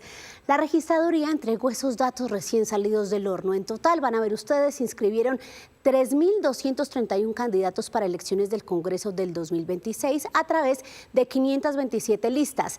3.231 personas que esperan ocupar algunas de las 286 curules del legislativo, que recordemos tendrá 10 curules menos esta legislatura porque se acaba ese periodo de escaños para los exmiembros de las FARC, según estableció el acuerdo de paz. Entonces, para el Senado se inscribieron 1.124 candidatos y para la Cámara de Representantes 2.107 candidatos. Ahí se dividen los 3.000, pero vamos a ver entonces lo que resalta la registraduría, que el 90% de las postulaciones se hicieron a través del sistema web de inscripción de los candidatos. Se evitaron esas largas filas que antes se formaban en la registraduría y mucho cuidado partidos y movimientos porque el periodo de modificación de listas arranca hoy 9 de diciembre y va, como dice aquí, hasta el 15 de diciembre. Tienen estos días para cambiar hacer cualquier modificación a las listas. Vamos a hablar ahora de las cabezas de listas, pero antes escuchemos al registrador nacional del Estado Civil que precisamente habló de cómo quedaron conformadas las listas. Tenemos un total de 527 listas inscritas al Congreso de la República. De estas listas, 27 listas son para el Senado. Es importante tener claro que 16 son por la circunscripción nacional y 11 son por 17 por la circunscripción nacional, 16 por la circunscripción nacional y 11 por la circunscripción especial indígena. Y 500 son por la Cámara de Representantes. Es importante tener en cuenta que por la Cámara Territorial tenemos 304 listas. Acá hay un dato muy importante. En el año 2022 tuvimos 555 listas. O sea, tenemos 28 listas menos inscritas ahora, pero en total en el año 2022 tuvimos 2.824 candidatos inscritos y ahora tenemos un total de 3.231 candidatos, o sea, un 14% más de candidatos inscritos para estas elecciones.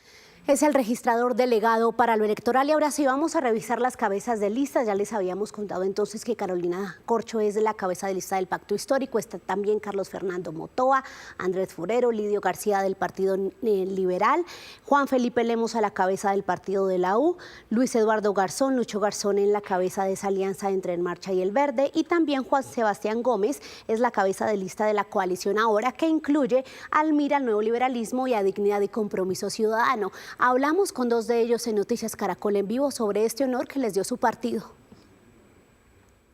Lo considero un gran honor, un honor que me hace mi partido, un honor que me hace el presidente Álvaro Uribe Vélez, y al mismo tiempo lo asumo como una gran responsabilidad. Esto es un gran desafío y obviamente tenemos que buscar volver a ser la mayor fuerza política en el Congreso de Colombia. Ya lo habíamos sido en los años 14, el año 16, el año 18, ahora en el año 22 la idea es que volvamos a hacerlo. Esta coalición es una coalición muy importante, una coalición que se marca dentro del centro, un centro amplio en donde hay centro izquierda, centro derecha, así que le ofrecemos a los colombianos una propuesta seria, sensata, que no mira hacia los extremos, que no mira hacia los radicalismos, sino que mira hacia adelante.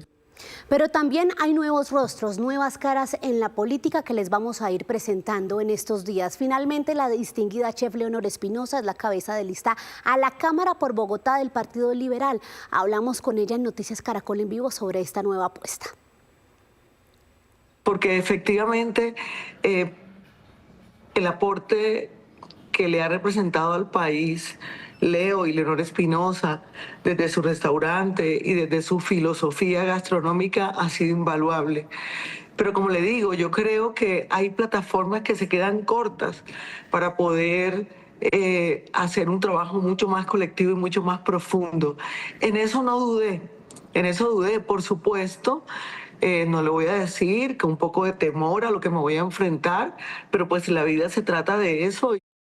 Y hay otro grupo que vale la pena ver, revisar, y es el de esos congresistas de esta legislatura que se quedaron por fuera, sin aval, por diferencias con la dirección de sus partidos. Estos tres representantes a la Cámara que ustedes ven aquí tienen algo en común: su cercanía con el actual gobierno, que según esas voces en los pasillos del Congreso fue la razón por la que no recibieron el aval. Carlos Felipe Quintero del Cesar, Carlos Ardila, que pretendía pasar al Senado, representante del Putumayo, y Julián López, actual presidente de la Cámara, que recordemos intentó montar la nueva U, una disidencia dentro del mismo partido, e hizo unos señalamientos agresivos e irrespetuosos en contra de Dilian Francisca Toro. Se quedaron finalmente sin el aval. Y otro dato que no es menor es el de las consultas, los movimientos que quieren ir a consultas interpartidistas. En total, la registraduría recibió 34 solicitudes que deberán organizarse de aquí al 22 de diciembre. Estos que están viendo son algunos de los que presentaron esa solicitud para competir en marzo. Y vamos a cerrar con el diálogo que tuvimos esta mañana aquí con el profesor Sergio Fajardo, que se va directo, solo a la primera vuelta. Explicó por qué considera que las consultas no son el camino para fortalecer su aspiración y a qué le apunta entonces en materia de alianzas. Hasta aquí el radar de la política. Los dejo con este diálogo con el profesor Sergio Fajardo. ¿Por qué decirle no a las consultas interpartidistas? Porque el reto político de Colombia hoy es muy diferente. La Colombia está mamada de la polarización y el reto consiste en construir una nueva mayoría para derrotar a los extremos en segunda vuelta. Una nueva mayoría que entiende que Colombia necesita construir acuerdos, construir consensos, resolver los problemas, que los enemigos no son los colombianos, es la violencia, la corrupción, el lenguaje violento, los radicalismos, que no sabe construir. A eso es lo que nosotros estamos dedicados. Estoy yo dedicado a construir una nueva mayoría. Contiene el centro, pero en la izquierda y en la derecha hay personas moderadas que saben que se tiene que cambiar de rumbo porque la polarización que vemos hoy es un daño para Colombia. Y la persona indicada hoy, de acuerdo a las encuestas que ustedes mismos han presentado, para derrotar en este momento a Iván Cepeda en la segunda vuelta, se llama Sergio Fajardo, y a construir esa nueva mayoría es lo que yo estoy dedicado. No a construir el centro, que lo incluye, pero una nueva mayoría. No se nos olvide eso, una mayoría silenciosa que se va a expresar y que nos está escuchando en este momento. Pero ¿cómo se puede lograr esto sin pasar por una consulta interpartidista, teniendo en cuenta una baraja tan amplia de precandidatos? El reto político hoy, en esta Colombia de hoy, es en segunda vuelta derrotar a los extremos. Y la persona que hoy tiene las condiciones, por la trayectoria, por la forma de construir, por la capacidad de ir más allá del centro y convocar a esa nueva mayoría, se llama Sergio Fajardo, que está hablando con ustedes. Doctor, en algún momento pusieron sobre la mesa una gran consulta de Abelardo hasta Fajardo. ¿Usted lo consideró, lo pensó? No, para nada. ¿A quiénes ha convocado? ¿Qué perfiles está buscando usted entonces para lograr pasar y llegar por su cuenta a la primera vuelta? He conversado con muchas personas, muchas personas, de manera juiciosa, en conversaciones uno a uno. Lo que pasa es que yo no hablo con una persona y después saco un comunicado diciendo que hablé con esa persona. Les voy a decir con quiénes he conversado formalmente, por ejemplo, después de que ustedes sacaron la consulta que puso sobre el terreno la realidad política del país y donde se evidencia lo que yo estoy diciendo con respecto a derrotar a los extremos, y la persona que tiene en este momento la capacidad para hacerlo se llama Sergio Fajardo, en particular para enfrentar a Iván Cepeda. Le digo con quiénes he hablado. Yo he hablado con David Luna, con Juan Daniel Oviedo, con Aníbal Gaviria, he hablado con Vicky Dávila, he hablado con muchas personas, por teléfono he hablado con otras personas. Yo hablo mucho con personas, pero de manera discreta. Para mí no es un espectáculo, sino convocar, explicar las ideas. Esto que estoy planteando, lo que he dicho, ya lo he explicado en más de una oportunidad con estas personas directamente. Y coincidimos en muchos puntos, sin duda alguna, en muchos puntos.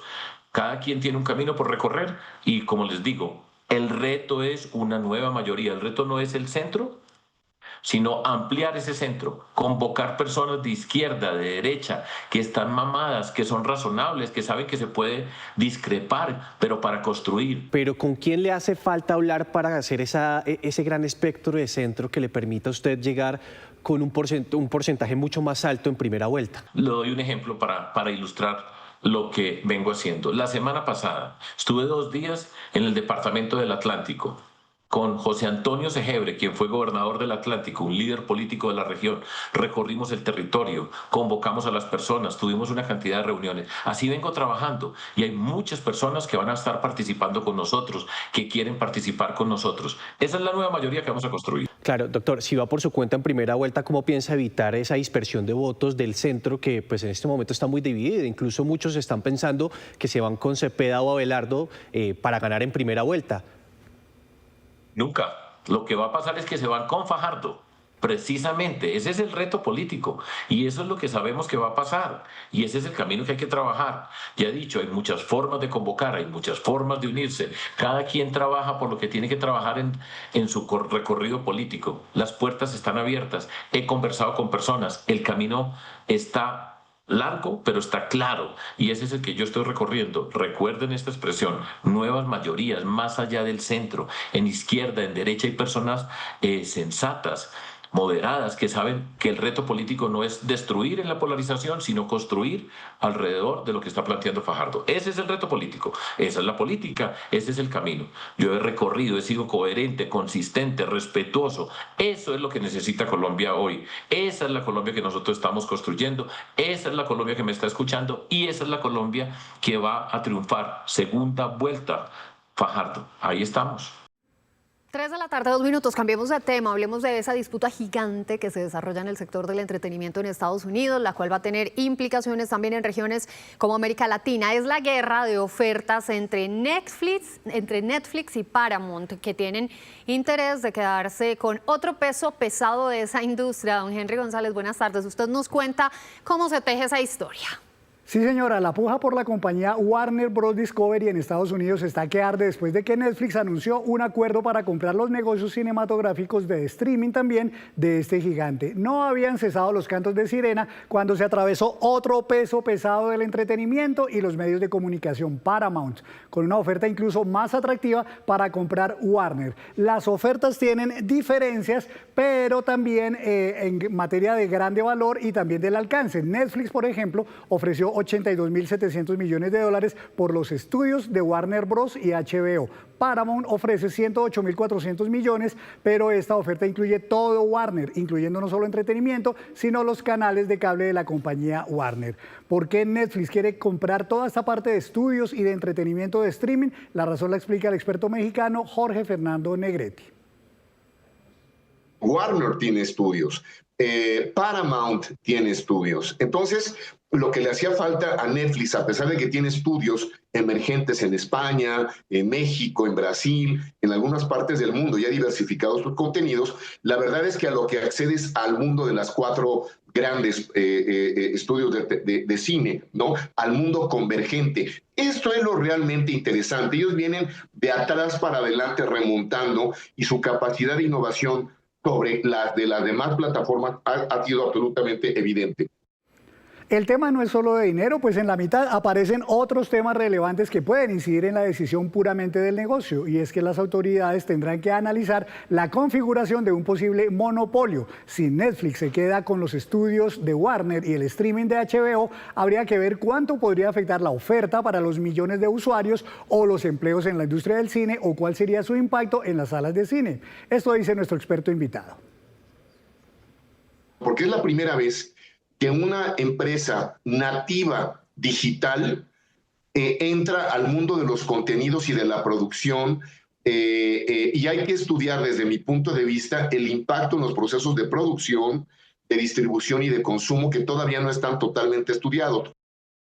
Ahora bien, si Paramount termina venciendo, saltan otras preocupaciones como la concentración del poder en los medios de noticias. Recuerden que Paramount es dueño de la cadena CBS y si compra Warner, se haría también a la cadena CNN. Súmenle que ya CBS ha tenido varios problemas con el presidente Donald Trump por la edición que le han hecho a entrevistas con él y que en uno de los casos al menos derivó en una indemnización de $16 millones. Todo esto estará en la mira de las autoridades, dice de nuevo nuestro experto mexicano. Este es el tipo de riesgos que vamos a ver en las consolidaciones de los grupos mediáticos en los Estados Unidos. Tienen televisión, tienen el cine y tienen tecnología digital y streaming. Entonces, todos ellos serán absolutamente debatibles, esté Trump o esté Biden. Esto será algo que veremos en los próximos años de manera más intensa. Jurídicamente también habría implicaciones de por medio. La oferta de Netflix se mostró como un acuerdo ya cerrado. Por eso, si al final de cuentas Warner termina vendiéndole a Paramount, tendría que indemnizar a Netflix con unos $2.800 millones. Así que esta pelea de gigantes está como para hacer una serie de suspenso, y el episodio final podría ser en unos 10 días, cuando Warner decida a cuál de sus 2 pretendientes le dará el sí, a Netflix o a Paramount.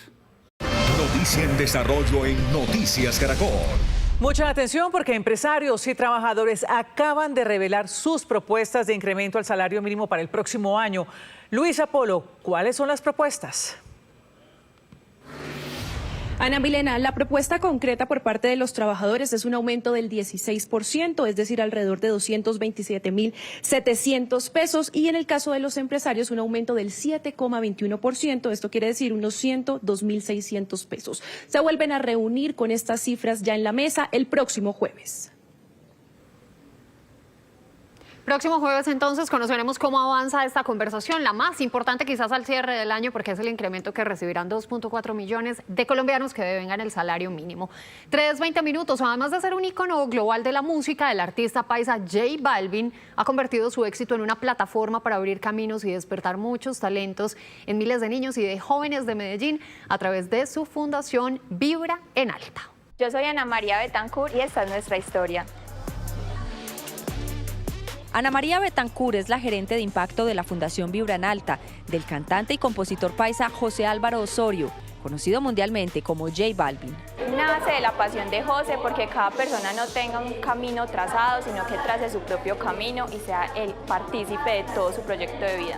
La fundación demuestra que la verdadera revolución social nace cuando la educación y la cultura se ponen al servicio de las nuevas generaciones. Uno de los programas principales de la fundación es el programa de escuelas comunitarias. Y por ejemplo, en este colegio ofrecemos talleres de liderazgo, ciencias y arte.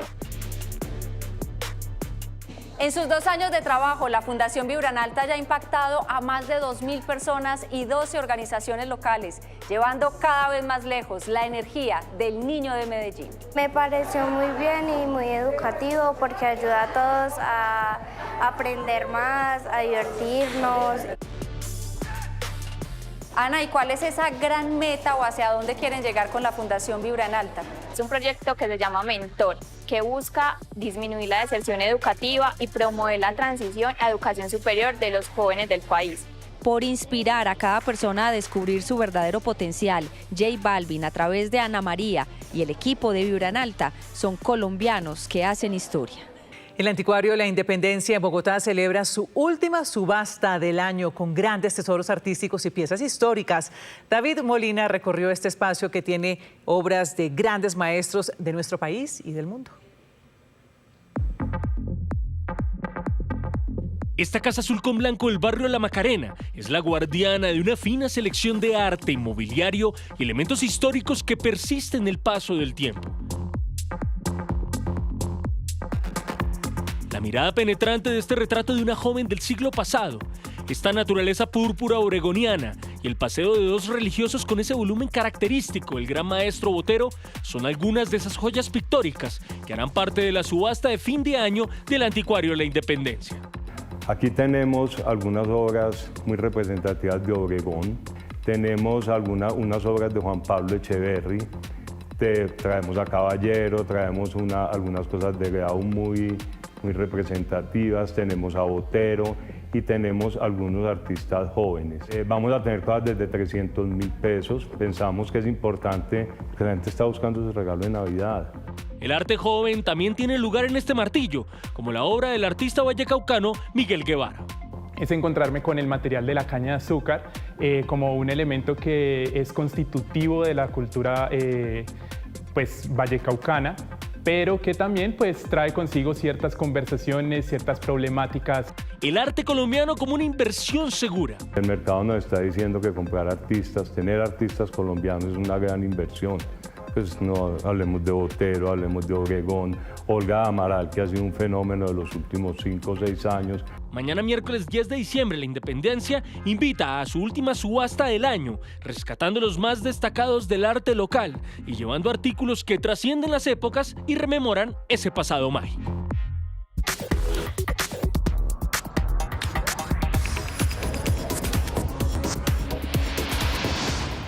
Muy buenas tardes, hoy comenzamos lo más trinado como pez en el agua para ver al nadador más rápido, más querido y más viral en época decembrina, y es que desde hace 8 años hace historia en una competencia que pareciera ya tener un ganador sin dar la primera brazada. Hace 8 años Berenjena hacía historia en unos campeonatos provinciales en Sudáfrica. El último carril era para él, el único nadador de 4 patas presente en competencia.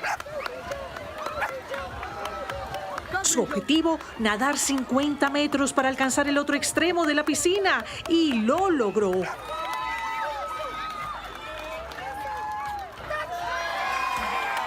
Desde ese día se ganó su puesto en el torneo acuático que tenía a Berenjena como una de sus principales atracciones en las justas.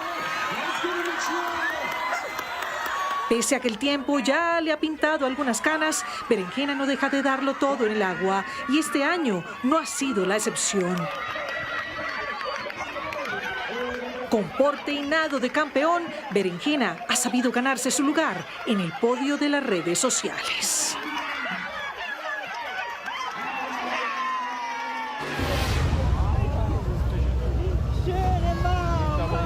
Otros que han prendido motores pero en Basilea, Suiza, han sido los jarlistas que año tras año se toman las calles de esta localidad para hacer rugir la Navidad. Se trata de un desfile benéfico en el que sus consentidas, estas motos Harley Davidson, se convierten en las estrellas de la noche.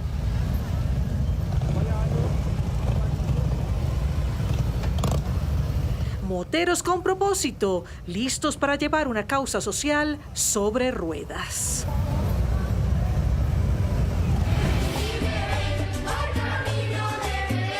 Y esto es lo que pasa cuando un desconocido se deja contagiar por el tuki-tuki.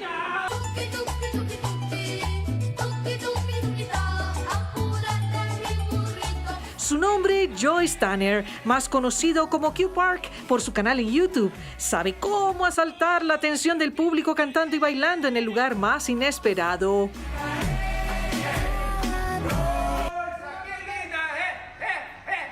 Este surcoreano estadounidense, estrella en las redes, canta a grito herido lo que escucha a través de sus audífonos, sin que su público espontáneo sepa a la primera de qué va. El Tuki Tuki, sin embargo, arrasa con casi 3 millones de reproducciones en Instagram.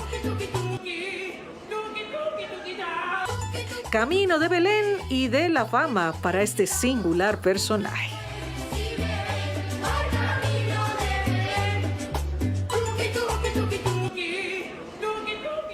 Y al ritmo de Tuki Tuki les decimos sigan conectadísimos con la mejor información y por supuesto el mejor equipo en esta su casa, Noticias Caracol. Ana, Mile y Aleja, que viva diciembre y su alegría. ¡Feliz tarde! ¡Que viva! Montemos coreografía, pero Obvio. con Claudia incluida. Me encanta, que sea un plan. Para el viernes, ¿le parece Sí, bien? está bien, está bien. Yo me le apunto.